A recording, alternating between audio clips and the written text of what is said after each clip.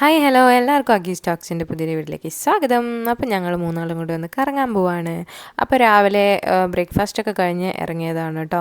അപ്പോൾ ഞാൻ ബ്രേക്ക്ഫാസ്റ്റ് കഴിച്ചിട്ടുണ്ടായിരുന്നില്ല. അപ്പോൾ ഇറങ്ങാൻ നേരത്തെ വിശന്നു. അപ്പോൾ ഞാൻ ഇങ്ങനെ ഉണ്ണിയപ്പം വാങ്ങിയതുണ്ടായിരുന്നു ഇന്നലെ, അതും എടുത്തിങ്ങ് പോന്നു കേട്ടോ. അങ്ങനെ വണ്ടിയിൽ നിന്നതൊക്കെ കഴിച്ചു. അത് കഴിച്ച് പിന്നെ എന്താ പറയുക, കുറച്ചൊന്ന് ഉറങ്ങുകയൊക്കെ ചെയ്തിട്ടോ. ഇന്നലെ പോയി വന്നതിൻ്റെ ക്ഷീണമൊക്കെ ആയിട്ട് ഉറങ്ങിയൊക്കെ ഒന്ന് എണീറ്റപ്പം ഞങ്ങൾ രാമനാട്ടുകര അവിടെയൊക്കെ എത്തിയിട്ടുണ്ടായിരുന്നു. അല്ലുക്കുട്ടനും നല്ല ഉറക്കമായിരുന്നു. പിന്നെ വിചാരിച്ചു ഫുഡ് കഴിക്കാമെന്ന്. അങ്ങനെ ഞങ്ങളിവിടെ ഖസാന എന്ന് പറയുന്നൊരു ഹോട്ടലിൽ കയറി. ഞാൻ ഫിഷ് ബിരിയാണിയാണ് കേട്ടോ പറഞ്ഞത്. അപ്പോൾ എനിക്ക് തലവേദന ആയതുകൊണ്ട് ഞാൻ ആദ്യം ഒരു കട്ടൻ അടിച്ചു, എന്നിട്ടാണ് പിന്നെ ഫുഡൊക്കെ കഴിക്കാമെന്ന് വിചാരിച്ചത്. ഏട്ടൻ ഗീ റൈസും പിന്നെ ചിക്കൻ 65 അങ്ങനെ എന്തോ ആണ് മേടിച്ചത്. നല്ല ഫുഡായിരുന്നു, നല്ല ക്വാളിറ്റി ഉള്ള ഫുഡായിരുന്നു കേട്ടോ. എനിക്ക് നല്ല ഇഷ്ടമായി. ഞാൻ ഫസ്റ്റ് ടൈമാണ് ഫിഷ് ബിരിയാണി കഴിക്കുന്നത്. അപ്പോൾ നല്ലതായിരുന്നു കേട്ടോ. ഐക്കൂറായിരുന്നു ഫിഷ്. അങ്ങനെ അതൊക്കെ കഴിച്ച് ഞങ്ങൾ അവിടെ നിന്ന് ഇറങ്ങി കേട്ടോ. ഏട്ടന് ലീവൊക്കെ കഴിഞ്ഞ് തിരിച്ചു പോകാനായിട്ട് നെക്സ്റ്റ് സൺഡേ ഏട്ടന് തിരിച്ചു പോകണം. സൺഡേ അല്ല, ശനിയാഴ്ച രാത്രി പുലർച്ചെ. അപ്പോൾ പിന്നെ ഇനിയിപ്പോൾ ഒരു വർഷമൊക്കെ കഴിയണം വരാൻ. അപ്പോൾ ഞങ്ങളുടെ ആ ഒരു വെക്കേഷൻ ടൈം കഴിയാണ്. അപ്പോൾ പിന്നെ ജസ്റ്റ് ഒന്ന് കറങ്ങാൻ പോകാമെന്നൊക്കെ വിചാരിച്ചു. അങ്ങനെയാണ് ടൗണിലോട്ട് ഇറങ്ങിയത് കേട്ടോ, കോഴിക്കോട്. അപ്പോൾ റോഡ് പണിയൊക്കെ ഇപ്പോഴും നടക്കുന്നേ ഉള്ളൂ. അപ്പോൾ അങ്ങനെ പോകുന്ന വഴിക്ക് ഞങ്ങളിതാ ശോഭികേൻ്റെ ഒരു ഫ്ലെക്സിൽ നമ്മുടെ ബിഗ് ബോസിലുള്ള അർജുനെ കണ്ടു കേട്ടോ. എനിക്ക് അർജുനെ ഭയങ്കര ഇഷ്ടമായിരുന്നു. ഇന്നലെ ഫിനാലെയൊക്കെ കഴിഞ്ഞ് എല്ലാവരും കണ്ടിട്ടുണ്ടാവുമല്ലോ അല്ലേ.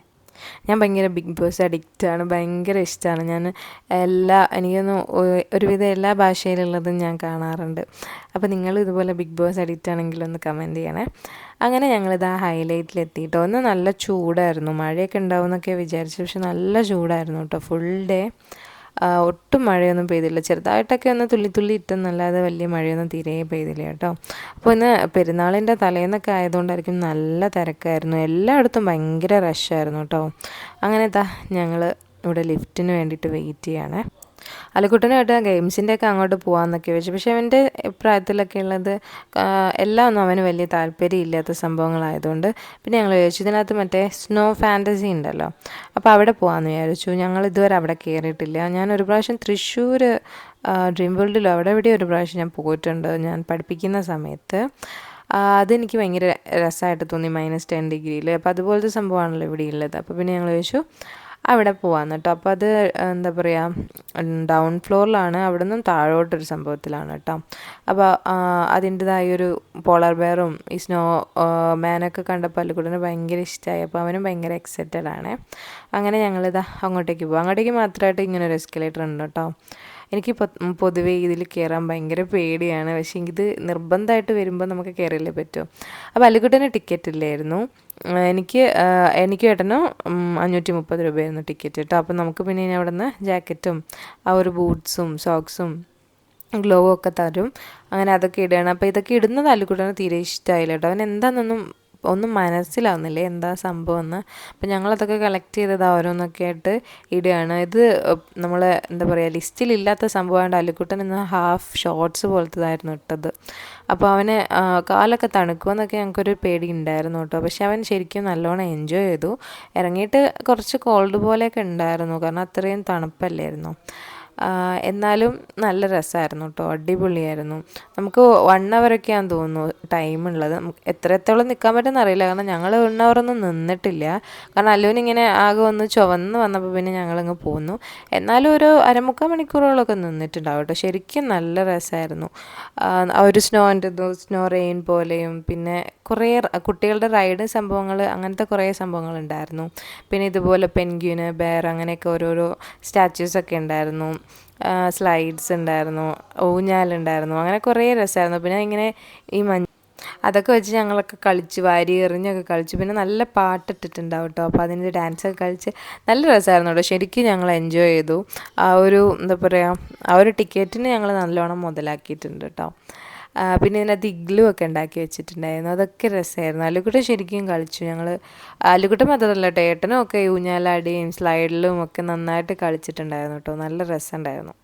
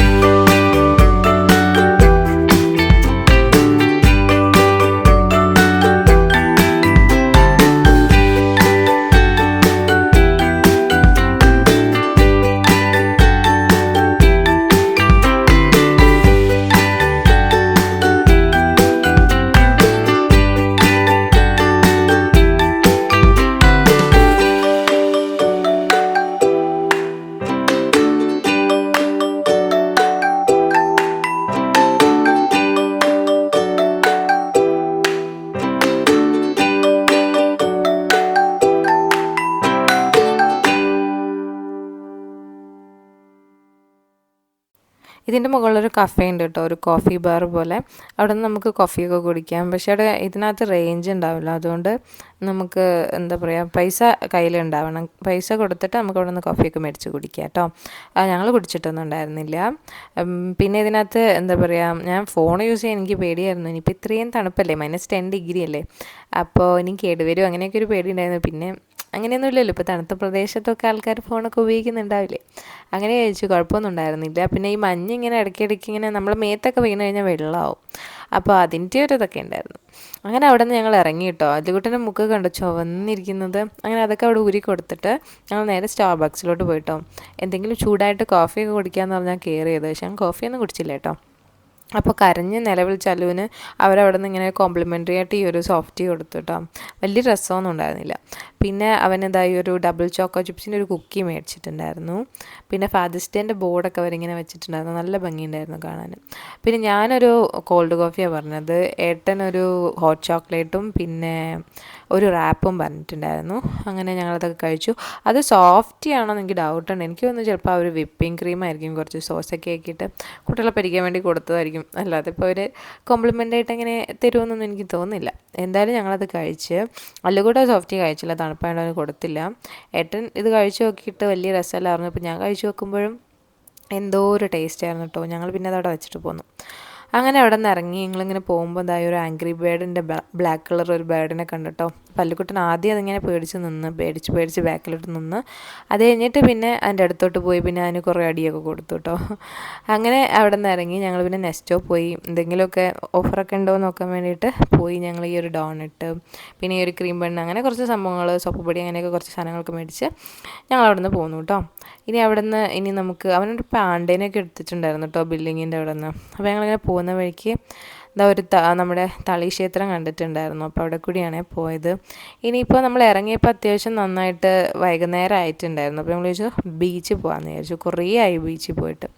കുറേയെന്ന് പറഞ്ഞാൽ അത്യാവശ്യം 1 വർഷത്തിലേറെ ആയിട്ടോ. കഴിഞ്ഞ പ്രാവശ്യമായിട്ട് വന്നപ്പോഴും പോയിട്ടൊന്നും ഉണ്ടായിരുന്നില്ല. അതിന് മുന്നേ വന്നപ്പോഴാണെന്ന് തോന്നുന്നു പോയത് ലാസ്റ്റായിട്ട്. അപ്പോൾ പിന്നെ ബീച്ചിൽ പോകാമെന്ന് ചോദിച്ചു. അങ്ങനെ 2 റൗണ്ടൊക്കെ കറങ്ങിയപ്പോൾ ഒരു പാർക്കിംഗ് ഏരിയ കിട്ടി. അങ്ങനെ അവിടെ പാർക്ക് ചെയ്തിട്ട് പിന്നെ ബീച്ചിൽ പോയി. സൺസെറ്റ് കാണാമെന്നാണ് വിചാരിച്ചത്. പുള്ളിക്കാരൻ കറക്റ്റ് അങ്ങനെ ഇറങ്ങാനായപ്പോഴേക്കും കാർമേഘം വന്ന് മൂടിയിട്ട് നമുക്ക് കാണാനൊന്നും പറ്റിയില്ല കേട്ടോ, ഇറങ്ങി പോകുന്നത് സൂര്യൻ. അപ്പോൾ കുറേ നേരം അവിടെയൊക്കെ നിന്നു. ഞങ്ങൾ കുറേ കടലിലൊക്കെ കളിച്ചു. കുറേ ആയി, സാധാരണ വന്നാൽ ഇറങ്ങാലൊന്നും ഉണ്ടായിരുന്നില്ല. ഇന്ന് ഇറങ്ങിയൊക്കെ കളിച്ചു. അല്ലുക്കുട്ടൻ ബലൂൺ കണ്ടാൽ പിന്നെ ചാടി വീഴുമല്ലോ. അങ്ങനെ അവൻ 1-2 ബലൂണൊക്കെ മേടിച്ചു. പിന്നെ അതും ഈ പെരുന്നാളിൻ്റെ ആയിരിക്കണം, നല്ല തിരക്കായിരുന്നു. അതുപോലെ നല്ല ചൂടുള്ള വെയിലും. ഞാനൊക്കെ കരിഞ്ഞു പോയി ശരിക്കും. ഓൾറെഡി കരിഞ്ഞിട്ടാണ്, എന്നാലും നല്ലോണം കരിഞ്ഞു പോയിട്ട് ഫുൾ ടാൻ അടിച്ച്. പിന്നെ ബീച്ചിൽ വന്നാൽ നമ്മളെ സ്ഥിരം ഉപ്പിലിട്ടത്, ഐസ് ഇറതിയത് അതൊക്കെ കഴിച്ചു. ഇന്നിപ്പോൾ വേറെ പ്രത്യേകിച്ചൊന്നും കഴിച്ചില്ല. നമ്മളവിടെ നിന്ന് സ്റ്റാർബക്സിൽ നിന്ന് തന്നെ അത്യാവശ്യം ഫില്ലിംഗ് ആയിട്ടാണ് ഇറങ്ങിയത് കേട്ടോ. ആ റാപ്പൊക്കെ അടിപൊളിയായിരുന്നു. അപ്പോൾ പിന്നെ നമുക്ക് അധികമൊന്നും കഴിക്കാൻ പറ്റില്ല. എന്നാലും ഞാനൊരു ഉപ്പിലിട്ട മാങ്ങ കഴിച്ചിട്ടുണ്ടായിരുന്നു. ഏട്ടനൊരു പൈനാപ്പിൾ പിന്നെ 2 ഐസ് ഇറതിയൊക്കെ കുടിച്ചു. മിക്സഡാണ് കുടിച്ചത്. ഏട്ടൻ അങ്ങനെ മിക്സ് ചെയ്താണ് കഴിക്കുന്നത് ഇഷ്ടം, മധുരവും പുളിയൊക്കെ കൂടെ. അങ്ങനെ അതൊക്കെ കഴിച്ച് കുറേ നേരം അവിടെ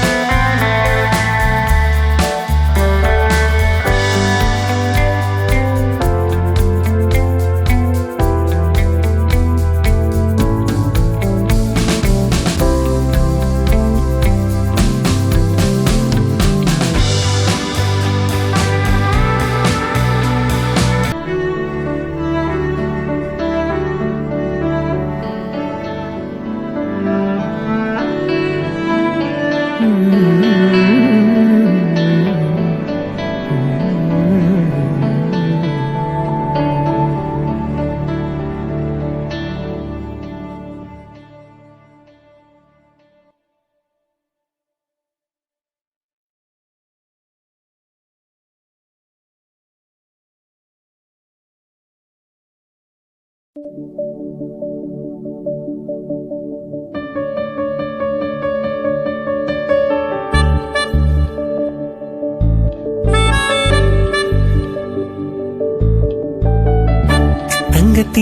കിളിയായി കുറുകാം താരത്തൂവൽ മെനയാം നനയാം നീരാടിയാടും